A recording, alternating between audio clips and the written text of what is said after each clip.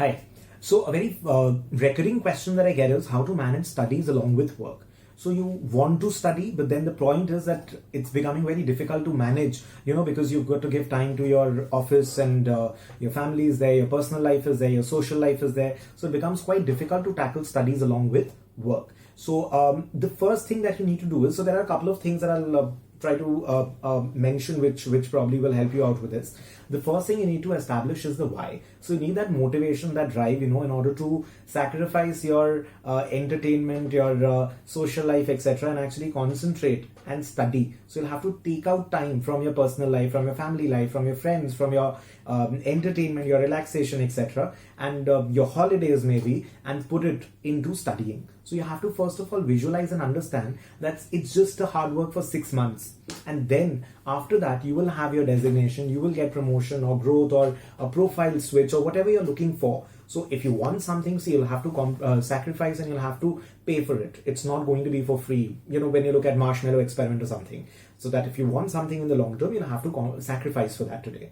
So the first thing is you need to have very clear cut why, that this is 1.5 years, I'll be giving exam after 6 months, and after doing this is what I'm going to get in return. So therefore I need to work hard right now. So you have to establish your why correctly. The second thing is, it's very important to have people around you on board. That's your employer, that is your office, your team, your family, and your friends. So the office, you need to inform them that 6 months down the line I'm planning to take up this exam, so I would be more productive in office. I'll take less breaks, I'll do shorter lunch breaks, I'll take less tea breaks, and etc., and I'll concentrate and do more output in less number of hours. So I'll need to get back home on time. I'll probably come late because I'll be studying in the morning, if that is possible with your studies, or have maybe 1 day work from home so that I save time on commute in case you live far off from office. That is one. So having your team recognize the fact that you would need a little time to study, and it is for the betterment of team, because if you're being more productive or if you are going to be having more knowledge, you will be an asset to the company. Second is going to be your family. See, you are going to be taking away the time from your partner, from your family members. So you need to have them on board that, you're planning to achieve this, and family supports. Family always supports. So you need to tell them that this is, for the next 6 months, I'll be a little less available. I'll not be attending all the family functions or the get-togethers and all. And I'll probably be doing less of talking or less of, sitting in the common room and all. And I'll have to give more time to my studies. But eventually, it is going to be for my benefit and my career and my life. So, and the family is a part of it. So therefore, it should be a win-win for both. And the third is going to be your friends also, because you'll be cutting down on your socializing. So they need to be more supportive rather than, cribbing or forcing or emotionally irritating you that, you don't turn up nowadays or you're not showing up or anything. So that is one, you need to have people on board. It's a very important thing to do. The next one is you need to, now you have an idea that yes, I have an exam, let's say 7 months or 6 months down the line. Don't try to stretch yourself in, having a 3 month, 2 months deadline for the exam. Rather start a little early so that you have more time to prepare. So if I have, say, for example, 7 months for the exam, I will keep 1 month, let's say, for revision. So let's say I have 6 months. That is going to be giving me 6 into 4, 24 weeks, let's say. And suppose my curriculum is divided across 60 chapters. So 60 chapters divided by 24 is going to give you approximately, let's say, 2.5 chapters or 3 chapters per week. If I do, I think I'll be in a good position. 2.5 to 3 chapters per week. So your target is not going to be in terms of hours, but it is going to be more in terms of content, as to how much of content you need to complete on a per week basis. So you have to have a clear plan, a clear deadline, and a clear allocation that on a weekly basis, this is the target you need to achieve. That's next. So let me share a few tricks as to how to go about it. So one, you need to be a little more productive, lot more productive during your office hours. You need to get to office on time and leave office on time. I know a lot of people will be laughing at this particular point, but then you'll have to leave office on time. You have to be more productive during office hours. Just think about it. The amount of work that you complete during the 8 hour, 9 hour, 10 hour frame in your office, in that time frame, can't you complete that in just 4 hours or 5 hours if nobody disturbs you? So we'll have to work on being more productive in the same number of hours. So you're in less number of hours. You cut short on your lunch breaks, you avoid tea breaks and all. And when people start seeing you take your time so seriously, they'll also start taking your time seriously and valuing your time, right? So when you're in office, you're going to be hyper productive. You're going to be concentrating and doing your work and going to be executing it faster so that your output is not affected and you're able to leave office on time, or maybe earlier a couple of days, or maybe come off to office a little later after having a good study in the morning, or also take a couple of work from homes, etc., in order to save time on commute in case your office is far from your office. So you can do these things. During office, also try to do that batching thing, that when you're working on one file, you don't switch between files. It saves a lot of time. You cannot multitask. You're going to be doing one thing at one time. You can respond to mailers at every 30-40 minute break. So once a part of work is over, I'll respond to all mails. Then all the work is over, I'll respond to all mails. Switch off your notifications both on your laptop and your phones.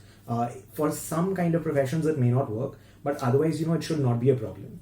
And people should not expect you to reply immediately when they want a file or something. You should be replying in order to make your productivity higher. You should reply in your intermittent space. So you need to have that consolidated time frame for a particular file, and then you need to revert. So you have to be way more productive during your office hours. That's one you need to do. Two is you need to be studying before office hours. I know it's scientifically proven. Nobody's a night person. Everybody's a morning person. Your productivity is going to be very, very high if you're studying in the morning. So try studying before office hours, because studying becomes a secondary option when you're a working professional. So once you're in the office, you'll have to work. You don't have an option. So it's better to be not tired while you're studying in the morning, because even if you're going to go to office a little tired, you have a different change of environment. You'll be able to work. But after coming back from home, it becomes even more difficult to actually push yourself to sit down and study, because you always want to push it over to the next day. So it's important that you're studying before office hours. Trust me, it works very well. Next thing is you need to start driving yourself. How do you do that? So one, you have to get up at the same time every day. That's scientifically proven. It increases your productivity. That means you cannot have your drinking nights or late nights or social nights and all beyond a particular hour. So don't get back home before after 10 p.m. at night on any of the days. You have to be disciplined. See, you have to bring discipline to your life if you want something. If you want something tangible for the future, you want a degree, you want a designation, you want a profile shift, a growth or whatever, you'll have to do these kind of small sacrifices. And it's nothing big that you're compromising, actually, if you think of it. So what we need to do is Friday night you have to get back home on time, so that on Saturday you're getting up again at 5 a.m. in the morning. You start studying at 5:30 a.m. You continuously study till, let's say, 2 o'clock in the afternoon. Imagine you have 8 hours of productive studying done with just a 15-minute lunch break and a 15-minute breakfast. Then you can go out for a movie, have fun with your family till 8 o'clock, 9 o'clock. Don't touch your books for the next 6 hours. But you have to earn those 6 hours. If you have not concentrated and studied without your phone, without your laptop till 2 o'clock in the afternoon, you're not allowed to go out. So you have to start driving yourself, and you have to be very strict with yourself. You do the same routine on Sunday. You're again going to be studying from 6 o'clock in the morning to, let's say, 1 o'clock or 2 o'clock in the afternoon. And then you have the whole evening free in order to, relax with your family. Try to go out less, because it also exhausts your physical energy. So that is needed.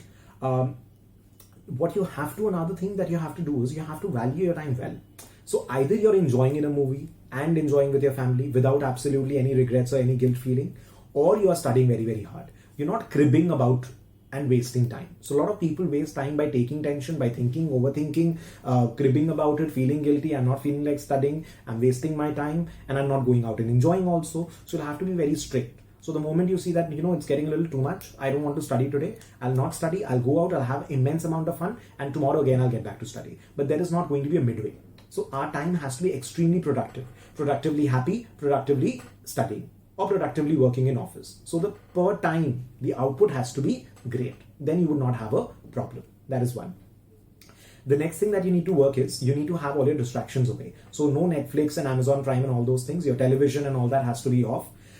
You have to say bye-bye to distractions. You'll have to eat healthy also, because, when people say that, I'm not having a good day, or I'm not feeling very good about it, or I'm not having that lucky day or something, these things do add up to your productivity. So you need to eat healthy. All these things, your sleeping time has to be good. Again, as I told you, same time to bed, same time you wake up.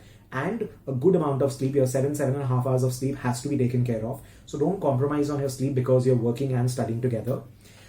Then you have to be very smart in terms of studying. How do you do that? Again, we need to generate more output for every minute that we are studying.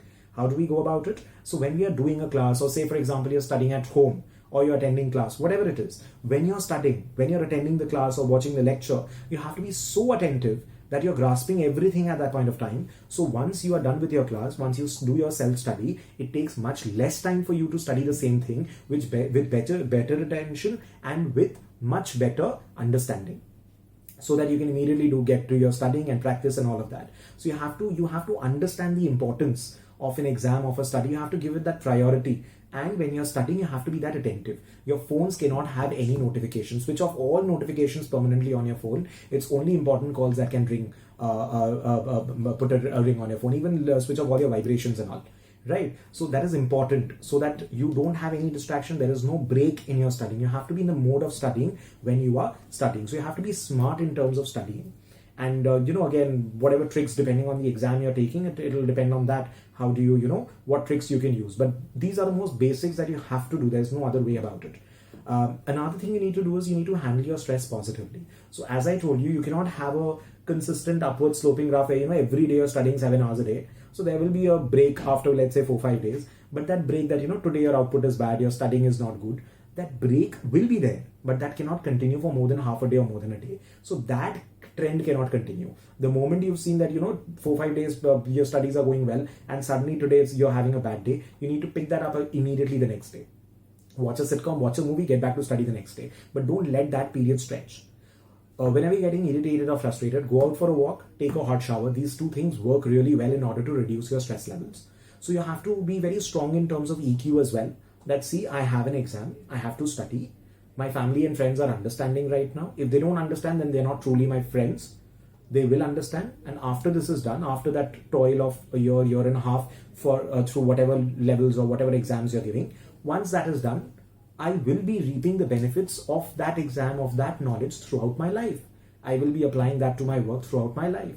Be a little honest about it with the people around you. You'll see, you'll have to take that risk. There is also a risk that people have, that, that after so many years I'm studying. See, once, you're in the studying mode, once a few chapters are over, you'll not even realize that you're studying because you're back. It's always that change that creates a little bit of a problem. So once you're in the studying mode, you'll not have an issue, and people around will support. But you will have to value your education, your time and everything. You will have to value it first. Then others will automatically follow and start valuing it. When I'm seeing that the guy is coming to office on time, he's not wasting time for lunch and tea and all that, and he's working very attentively, others will also deliberately stop disturbing you during work. They will start valuing that.